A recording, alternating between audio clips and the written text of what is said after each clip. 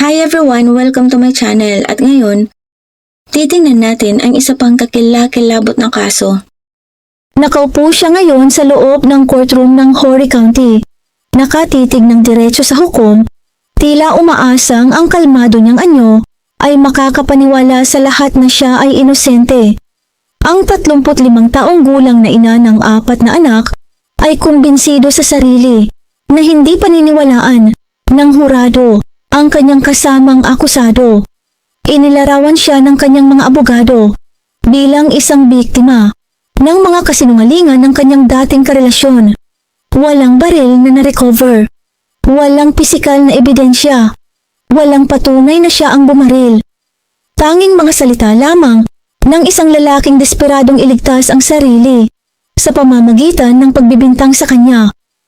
Habang tumatagal ang paglilitis, tila nagkakaroon ng lakas ang depensa. Nagde-deliberate na ang hurado. Ngunit pagkatapos ay inilabas ng prosekusyon ang isang ebidensya. Isang mensaheng ipinadala 4 na araw bago ang krimen. At doon nagbago ang lahat. Ang makikita mo ngayon ay ang sandali kung kailan napagtanto ni Megan Jackson na ang pagpaplano ng pagpatay sa pamamagitan ng nakasulat na mensahe ay hindi magmumukhang inosente sa harap ng korte. Isang batang ama ang nasawi at ang katotohanan tungkol sa kung ano talaga ang nangyari sa Arrowhead Boulevard ay nakatago sa mga lugar na hindi niya inakalang may maghahanap.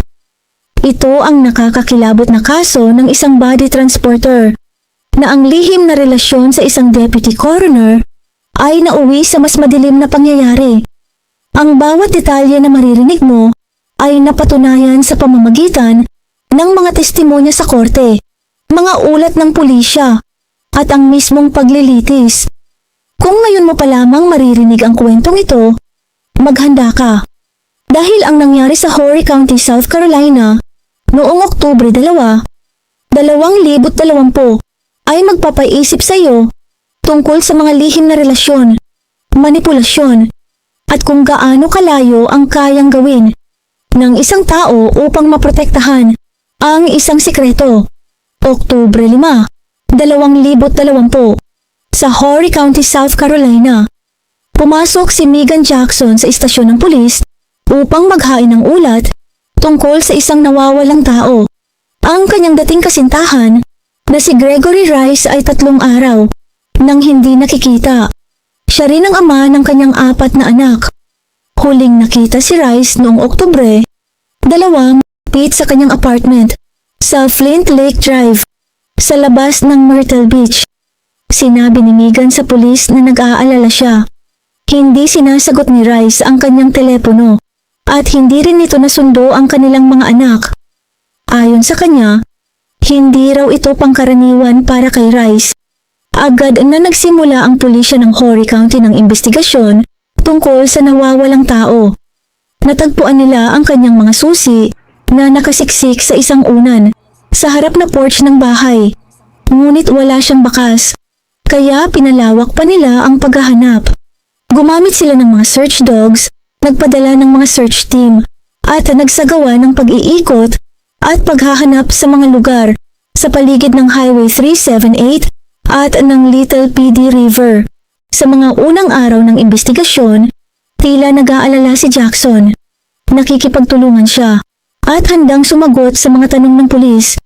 Noong Oktubre 3, tumawag pa siya upang hilingin na tingnan ang kalagayan ni Rice sa kanyang apartment.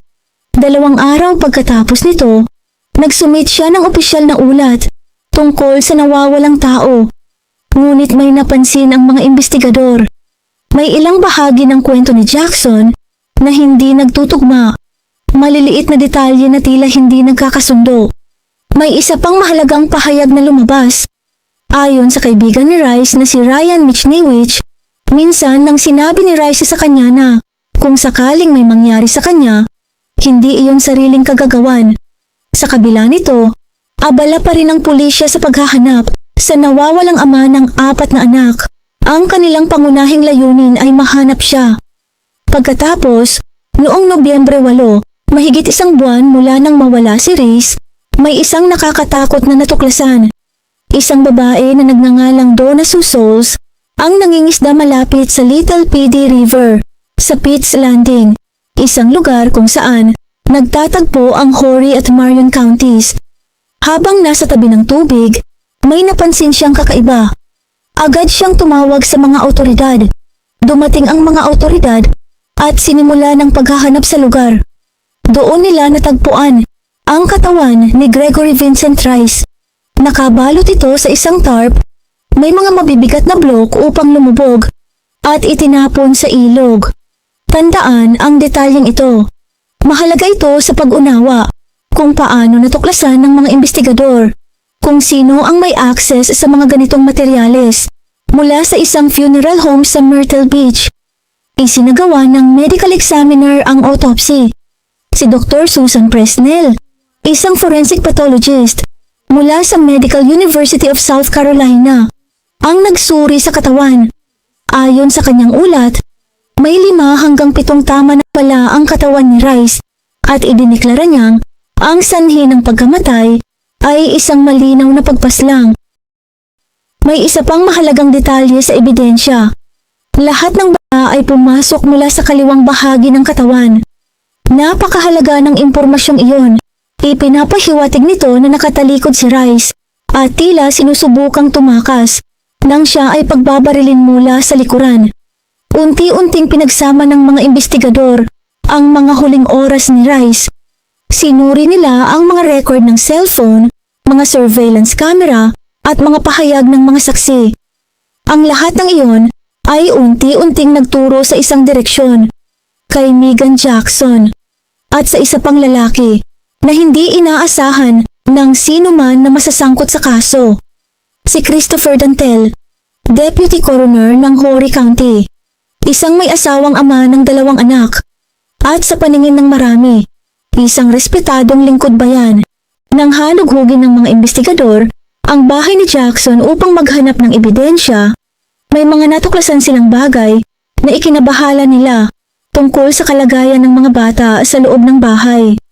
Ayon sa pulisya, ang mga silid-tulugan ay may mga alarm system na tumutunog kapag binubuksan ng pinto.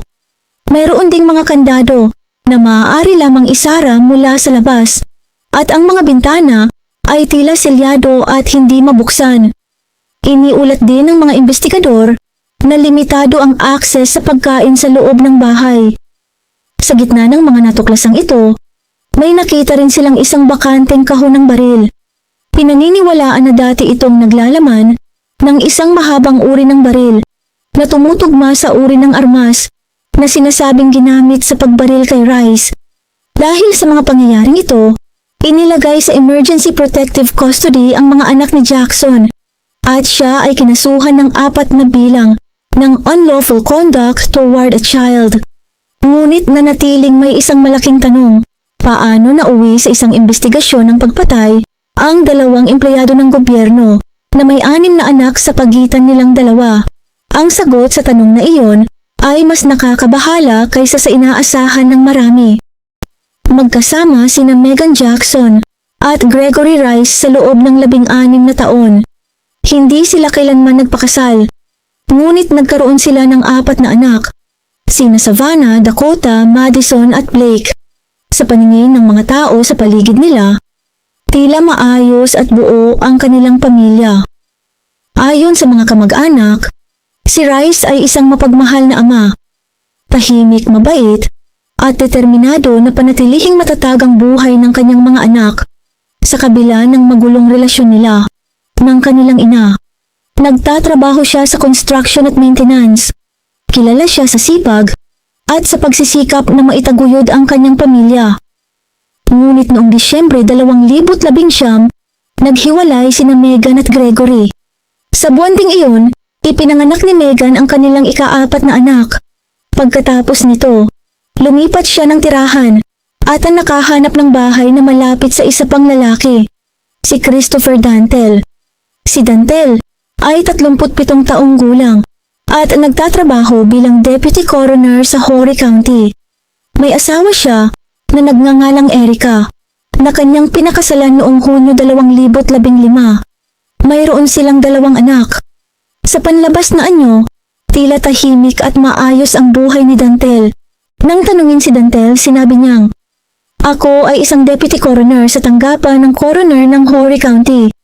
Mayroon akong isang negosyo na walang kaugnayan sa trabaho ko sa coroner's office.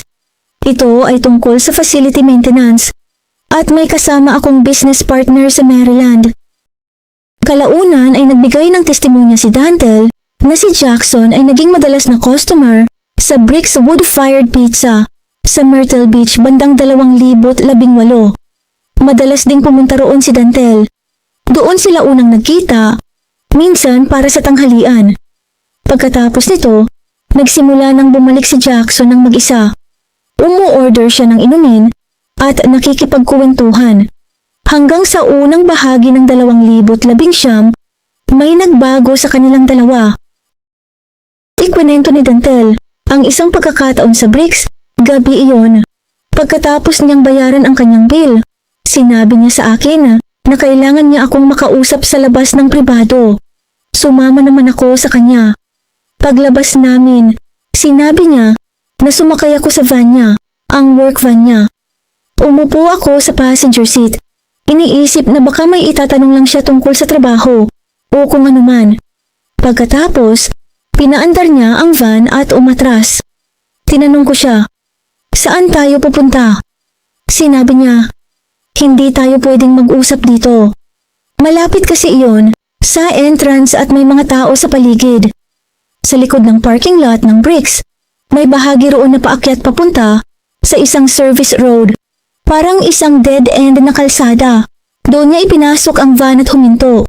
Sinabi ko sa kanya, parang kahina-hinala naman ito. Bakit tayo nandito? Pagkatapos, ay tinanong niya ako, "Nakapag-cheat ka na ba sa asawa mo?" Sumagot ako, "Hindi pa." At sinabi niya, "Well, mukhang mangyayari iyon ngayon." Pagkatapos ay lumapit siya sa akin sa loob ng van at nagsimula siyang halikan ako.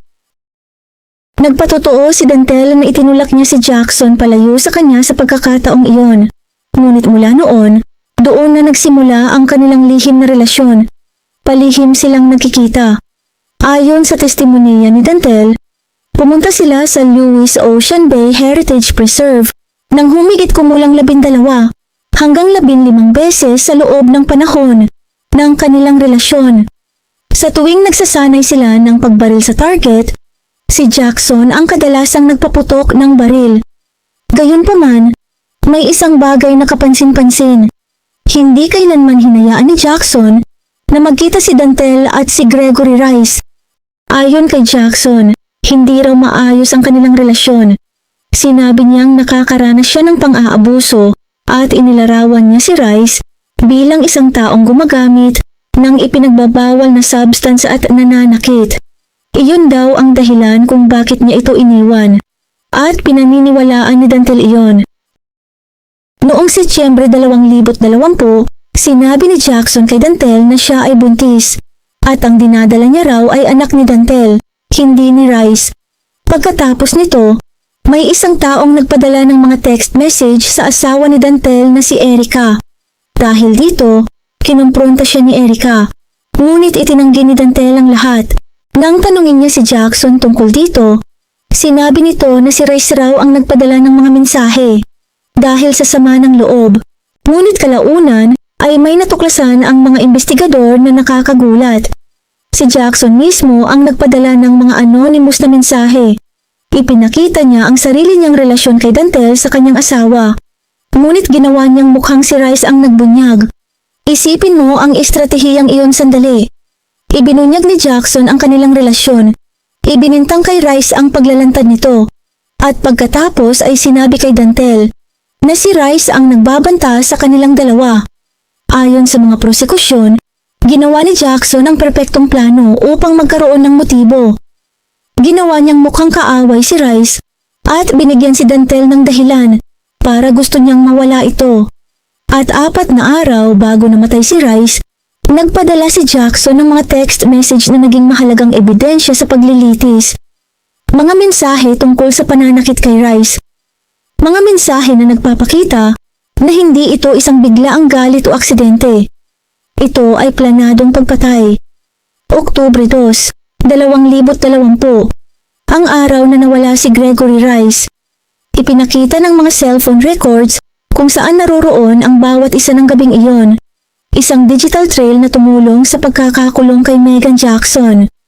Bandang 6:15 ng gabi, nagping ang mga telepono ni Jackson at Dantel sa Lewis Ocean Bay Heritage Preserve, ang parehong lugar kung saan sila nagpractice ng pagbaril ng maraming beses.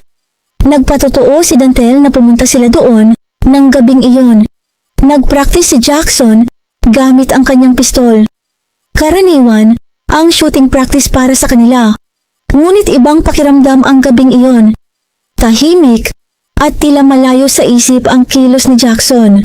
Muling nagping ang kanilang mga telepono sa Abwell's Restaurant malapit sa Coastal Grand Mall mula 6:50 hanggang 7:15 ng gabi habang kumakain ng hapunan.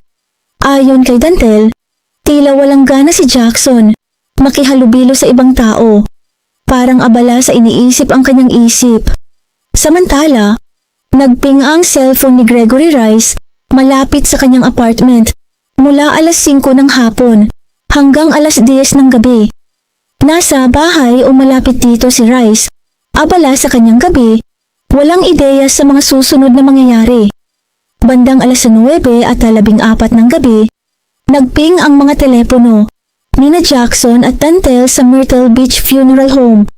Sinabi ni Jackson kay Dantel na kailangan niyang kunin ang kanyang salamin sa mata. Naiwan niya raw doon. Pareho silang may susi sa funeral home. Access na ibinigay dahil sa posisyon ni Dantel bilang deputy coroner.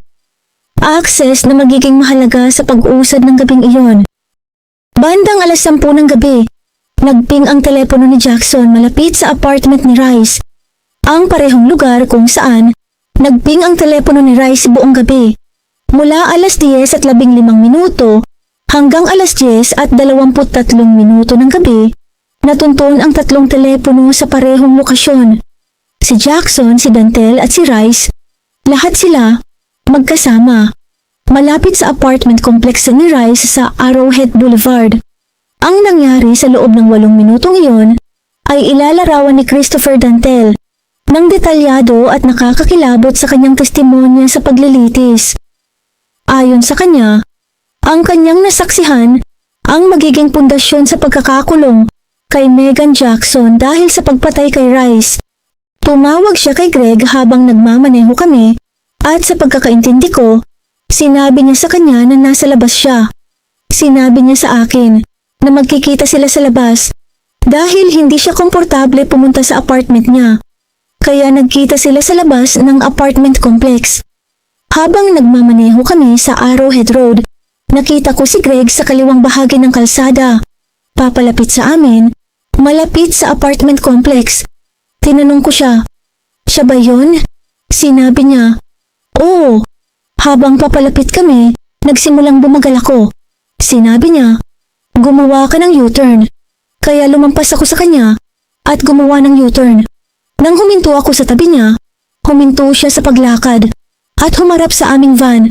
Sinabi niya, "Lumapit ka. Huwag kang maging awkward." Sumunod ako at lumapit sa kanya. Sinabi niya, "Oo, lumapit ka." Lumapit ako para malampasan siya ng maayos. Binuksan niya ang pinto at binaril siya. Natigilan ako. Sinabi niyang, "Tulungan mo ako." Kasabay ng pagmumura, sinasabi niyang tulungan siya. Hindi matukoy ni Dantel ang eksaktong bilang ng putok. Ngunit ayon sa autopsy report, may 5 hanggang 7 tama ng bala si Rice. Kinumpirma rin ng medical examiner na binaril si Rice habang sinusubukang tumakas. Tandaan mo ang access nila sa Myrtle Beach Funeral Home. Doon nagsimulang maging kritikal ang detalye sa buong gabing iyon. Sinabi ni Dantel, sa daan palang papunta roon, tinanong niya si Jackson, "Ano ang nangyari? Bakit mo ginawa iyon?" Hindi siya masyadong nagsalita. Sinabi niya sa akin na pumunta na lang sa funeral home. Naalala ko lang, ang sobrang kalmado niya. Parang simpleng abala lang ang nangyari. Isang minor inconvenience lang. Sa funeral home, Kapag may dinadala kang katawan, may garage sila at may mga cooler sa loob. Bawat cooler ay may pinto at 3 o 4 na shelves sa loob. Dinala namin si Greg gamit ang stretcher. Gumawa ako ng cremation container. Parang glorified cardboard box lang. At ginamit ang mga zip tie para maging matibay. Gumawa ako ng isa na tulad ng sa ibang tao. Inilagay ito sa cooler at sinimulang ilagay si Greg sa loob. Habang ginagawa ko iyon, paulit-ulit siyang sumisigaw. Bobo ka ba? Bobo ka ba? Bilisan mo. Kailangan natin umalis dito. Bilisan mo. Bobo ka ba? Minsan, ginagamit ng coroner's office ang funeral homes bilang karagdagang storage. Halimbawa, kapag puno na ang Morgan Conway o kung may ibang dahilan na kailangan naming iwan ang katawan sa funeral home, karaniwan, naglalagay kami ng note sa shelf kung saan nakalagay ang katawan. Nakasulat lang doon, "Hold for coroner," at iyon ang ginawa ko. Inilipat nila ang katawan ni Greg gamit ang mga pasilidad ng funeral home, ang lugar kung saan parehong nagtatrabaho sila at kung saan walang magtatanong kung bakit sila naroroon. Ngunit ang nangyari pagkatapos ng krimen ay nagpakita kung gaano kabalangkas ang plano ni Jackson. At ang ginawa ni Dantel kinabukasan ay nagbigay sa mga investigador ng pisikal na ebidensya na nag-ugnay sa kanilang dalawa sa pagkamatay ni Rice.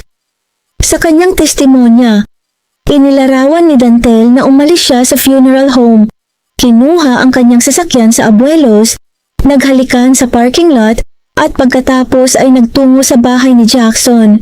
At sa daan patungo roon, sinabi niya na binalaan siya ni Jackson na huwag makipag-usap sa kahit sino tungkol sa nangyari. Sinabi niya sa akin na kung ikukwento ko sa kahit sino ang nangyari, papatayin niya ako. At sinabi rin niya na kailangan naming magkasama sa gabing iyon. Sinabi niya, mas mabuti pang huwag mo akong iwan. Ngunit hindi pa tapos si Jackson. Tinawagan niya si Dantel kinabukasan ng umaga. Kailangang ilipat at tuluyang itapon ang katawan ni Rice. Ipinakita ni Jackson ang malinaw na babala kung tatanggi siya. Sinabi niya na baka mangyari sa kanya ang parehong nangyari kay Rice. Nasaksihan ko siyang patayin ng ama ng kanyang mga anak at binalaan niya akong mangyari rin iyon sa akin. Nagpatotoo si Dantel noong 3 ng Oktubre 2020. Nakita sa surveillance footage si Dantel sa isang Lowe's store na bumibili ng mga partikular na gamit. Isang tarp, zip ties, cinder blocks at ratchet straps.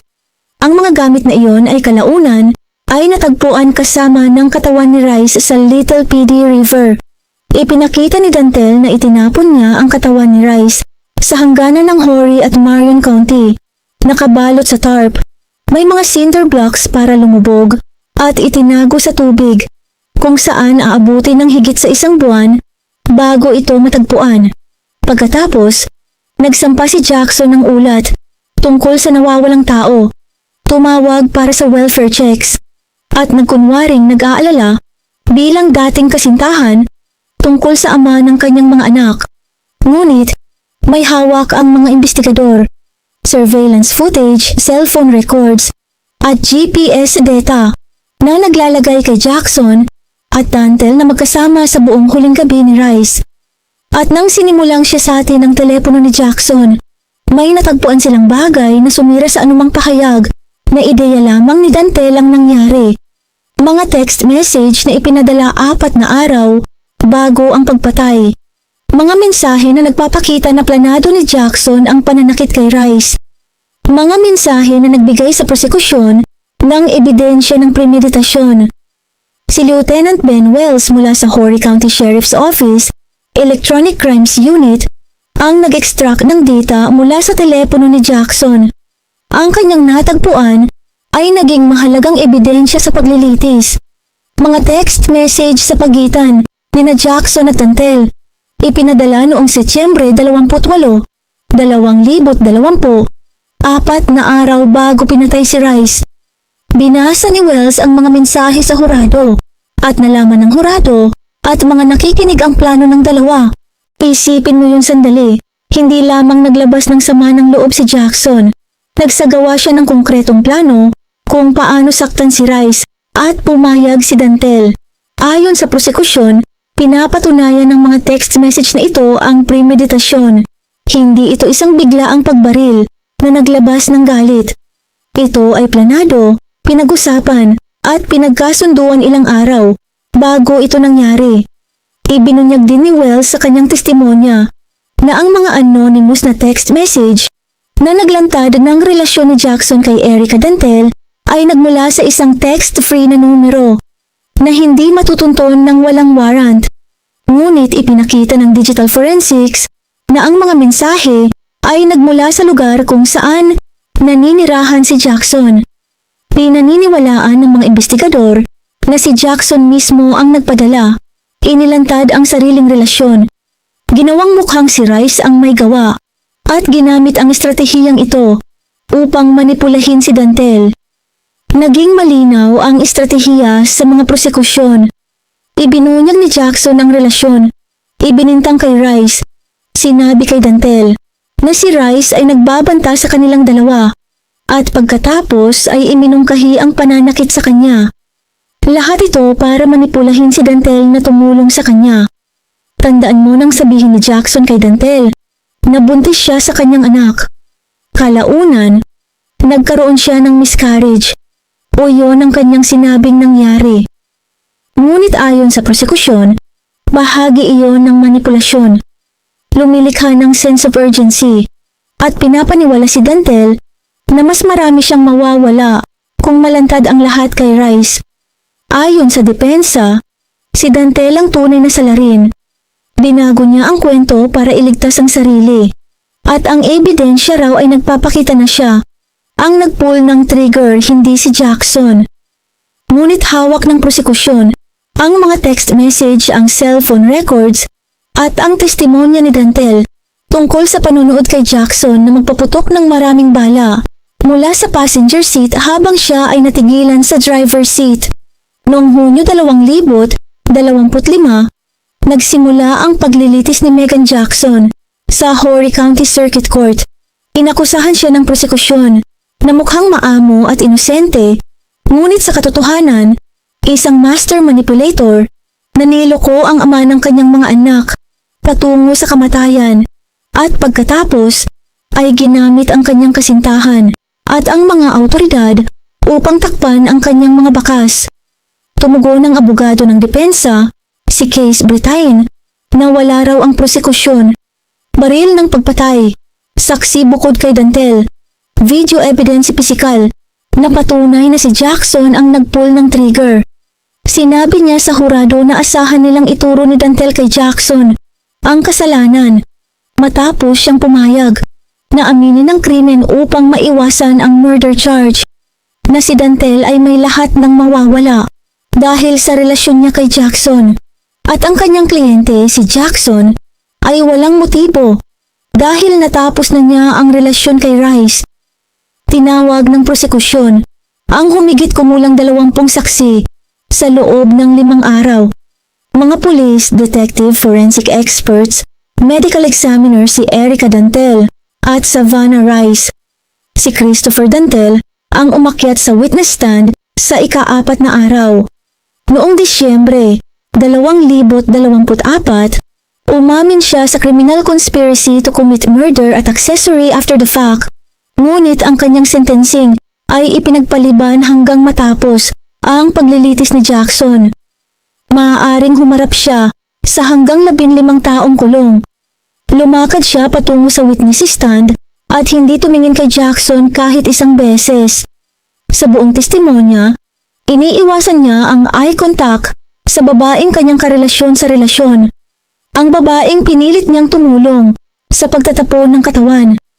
Ang kababaeng sinasabing pinanood niya na binaril ang isang lalaki. Ilang beses siyang nasiraan ng loob sa testimonya.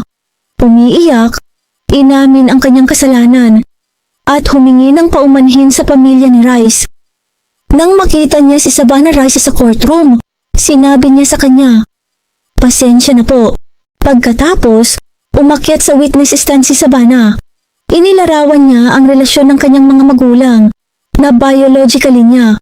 Hindi ito maayos. Palagi silang nag-aaway. Magaspang ang trato nila sa isa't isa. Magaspang din sila sa mga bata. Simple lang. Hindi sila compatible. Hindi mo maririnig sa bahay ang salitang mahal kita. Ganito ang uri ng kapaligiran na maaaring nakapagpahina sa moral na paghatol. Nang basahin ni Judge Benjamin Culbertson kay Jackson ang kanyang mga karapatan at tanungin kung nais niyang umakyat sa witness stand, tumanggi siya. Ang kanyang katahimikan ay hindi nakatulong sa kanyang panig. Nagsimula ang closing arguments noong Hunyo 17, 2025. Ipinaalala ng mga prosekusyon sa hurado ang lahat ng ebidensya. Ang buod ni Walter tungkol sa karakter ni Jackson ay matindi at walang kinikilingan. Maaaring mukhang maamo at mabait si Jackson, ngunit siya ay isang master manipulator. At yun ang ginawa niya sa kasong ito. Pagkatapos, nagtapos ang prosekusyon sa isang direktang panawagan sa hurado. Ngunit tungkulin ninyo na wakasan ang patuloy na panlilinlang ng akusada, magsabi ng katotohanan at hatulan siya ng pagpatay. Ngunit ibang panig ang ipinakita ng depensa ni Jackson. Hinamon nila ang ebidensya mula sa telepono. Ipinakita nila ang ilang ebidensya tungkol sa kung saan naroroon ang mga telepono. May impormasyon tungkol sa telepono. Hindi nito sinasabi kung pumasok siya sa loob at hindi nito ipinapakita ang totoong nangyayari sa mismong sandali. Ayon sa opinyon ng abogado ng depensa na si Preston Britton, hindi napatunayan ng prosekusyon kung ano talaga ang nangyari noong 2 ng Oktubre o kung sino talaga ang pumatay kay Rice. Hinikayat niya ang hurado na huwag pansinin ang testimonya ni Dantel. Tinawag siyang sinungaling na binago ang kanyang kwento. Hindi pa umabot sa 2 oras, bumalik na ang hurado na may hatol. Agad na hinatulan ni Judge Culbertson si Jackson ng habambuhay na pagkakakulong. Walang parol, walang pangalawang pagkakataon. Ang natitirang bahagi ng kanyang buhay ay nasa likod ng rehas dahil sa pagpatay sa ama ng kanyang 4 na anak. Si Christopher Dantel ay nahatulan ilang linggo pagkatapos para sa conspiracy to commit murder at pagiging accessory after the fact. Maaaring humarap siya sa hanggang 15 taong pagkakakulong. Hindi agad inilabas ang eksaktong sentensya, ngunit lumitaw siya sa korte at humingi ng luhaang paghingi ng paumanhin. Ang kanyang pagkakasangkot ay nagdulot ng pagkawala ng kanyang trabaho bilang deputy coroner, ng kanyang reputasyon at ng kanyang kasal. Si Jackson ay nahaharap din sa 4 na kaso ng unlawful conduct toward a child, kaugnay sa kondisyon ng kanyang tahanan na natuklasan sa investigasyon. Ang mga kasong iyon ay hiwalay sa murder case. Nagsampa rin ang pamilya ni Rice ng wrongful death lawsuit laban kay Jackson at Dantel. Ayon sa demanda, nakaligtas si Rice ng ilang panahon matapos siyang barilin. Si Megan Jackson ay kasalukuyang nagsisilbi ng habambuhay na sentensya sa South Carolina. Hindi siya kailanman magiging karapat-dapat sa parol. Ang 4 na anak ni Gregory Rice ay pinalaki ng mga kamag-anak. Ang wrongful death lawsuit laban kay Jackson at Dantel ay nananatiling nakabinbin. Ang mga text messages, cellphone records, at surveillance footage na nagpatunay sa pagkakasala ni Jackson ay bahagi na ngayon ng permanenteng record ng korte. Maraming salamat po sa panunood. Kung hindi naman po kalabisan, paki-like at subscribe po sa aking channel, and as always, keep safe everyone.